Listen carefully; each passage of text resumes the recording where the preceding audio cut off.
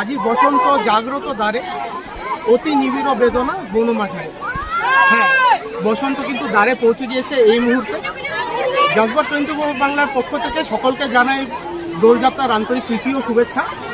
এই মুহূর্তে আমি দাঁড়িয়ে রয়েছি হ্যামিল্টনগঞ্জের অগ্রগামী সংঘের ক্লাব প্রাঙ্গণে। এখানে কিন্তু অনুষ্ঠিত হতে চলেছে দোল উৎসব, ৪র্থতম বর্ষণ পালন করছে তারা। এখানে কিন্তু ৮ থেকে ৮০ সকলে কিন্তু প্রচুরভাবে আনন্দ করছে দেখা যাচ্ছে এখানে। আলিপুরদুয়ার জেলার হ্যামিল্টনগঞ্জে অগ্রগামী সংঘের উদ্যোগে বর্ণাঢ্য আয়োজনে পালিত হল বসন্ত উৎসব। এবছর ছিল উৎসবের ৫৫তম বর্ষ। সকাল থেকেই ক্লাব প্রাঙ্গণে ভিড় জমায় ৮ থেকে ৮০ সব বয়সের মানুষ। আবির গুলালে রঙিন হয়ে ওঠে চারপাশ।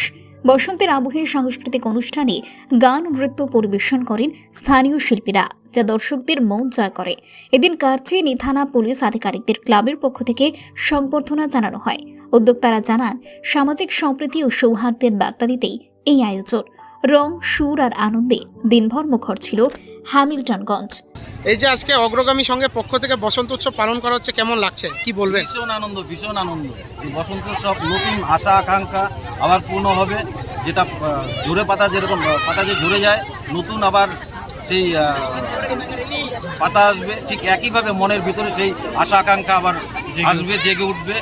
এর জন্যই হচ্ছে বসন্ত উৎসবটা করা। এই যে ৮ থেকে ৮০ বয়সে সকলে যে এখানে এসে যে আনন্দ করছে, আর কি কি সতর্কতা অবলম্বন করা হচ্ছে এখানে? একদম সব কিছুই আমরা যেটা নিয়মাবলী করা প্রয়োজন সেগুলো করে নিয়ে আমরা অগ্রগামী সংঘ পক্ষ থেকে এই উৎসবটা পালন করে থাকি। আগামীকালও কি কোনো অনুষ্ঠান আছে?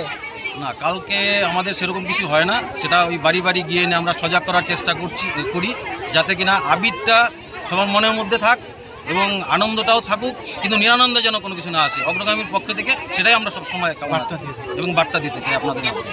আপনার নাম? গোবিন্দ বাগচি, ক্লাস সম্পূর্ণ।